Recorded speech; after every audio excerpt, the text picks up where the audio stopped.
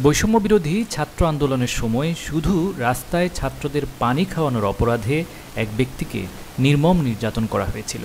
তাকে ডিবি অফিসে ধরে এনে দিনের পর দিন অত্যাচার করা হয়।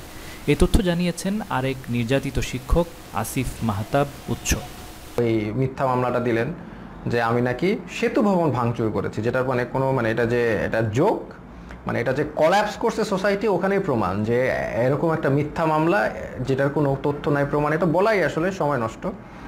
তো এই মিথ্যা মামলা উনি জাজ আমাকে দিলেন আর আমাকে আবার 6 দিনের রিমান্ড মঞ্জুর করলেন।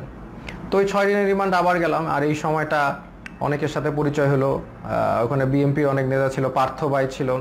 ওনার সাথে আমি বললাম যে পার্থ ভাই, আপনার তো আর আমার মামলা এক, আমি তো আপনার সাথে আসি। তো উনি বলে যে আমি তো তোমাদের সাথে থাকতেই চাই না, আমি তো এখান থেকে বের হতে চাই, একটু মজা করলেন। তো এরপরে অনেক মানুষের সাথে পরিচয়।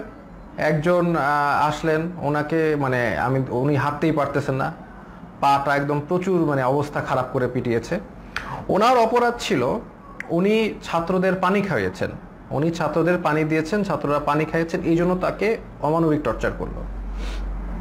তো টর্চার করলো, উনি এসে শুয়ে গেল। আমি বললাম যে এইগুলো একই কথা বললাম যে আপনাদের এটা গুনাহ মাফ হচ্ছে। তারপরে লাস্টে একটা কথা বললাম যে আপনি যে এত টর্চার্ড হলেন ছাত্রদের পানি খাওয়ায়, এখন আবারও কি খাওয়াবেন আপনি? তো উনি বললো ইনশাল্লাহ স্যার, আবারও খাওয়াবো। আমি like that's the answer I am looking for. আমরা আবার করব, আমাদের ছাড়লে আমরা আবার করব, we are not going to give up. আমরা তো আবার করব, তাই না? আমরা কি অপরাধ করেছি যে আমরা করব না? পানি খাওয়ানো কি অপরাধ? তো এই হচ্ছে একটা অভিজ্ঞতা। তো এরকম এই যে একজন পেলাম।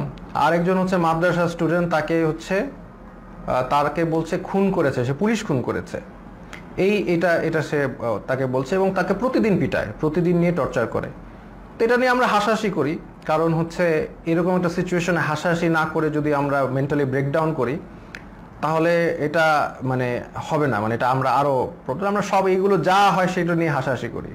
তাই আমি বললাম কি নিয়ে মেরেছে? বলে যে আমাকে বলেছে যে তুমি তো মাদ্রাসার স্টুডেন্ট, তুমি তো কোরআন পারো। বলে হ্যাঁ পারি। তো কোরআনকে বলছে অর্থ জানো? অর্থ জিজ্ঞেস করেছে, অর্থও সে পারে, সে কোরআনে হাফেজ। তো তারপর বলে কোরআনে হাফেজ এই রবীন্দ্রনাথ না কার বই পড়েছো? সে বলছে পড়েছি। তো বলে পড়লা কেন? এই অন্য এই নন ইসলামিক বই পড়া তো হারাম, এটা বলে আবার টর্চার করলো, হাতে পায়ে পিটালো। খামুক একটা কিছু বলেই পিটায়। আমরা এটা নিয়ে হাসাহাসি করতে করতে শেষ। যে ও বললো, আমিও বললাম যে কোনোভাবেই স্বীকার করবা না, যে তুমি যদি খুন না করে থাকো তুমি মিথ্যা মামলা দিও। বলে আমাকে আরো টর্চার করবে। করবে। বললাম তো তোমাদের করাত দিয়ে হাত পা কেটে দিলেও স্বীকার করবা না, যেটা সত্যি সেটা বলবা।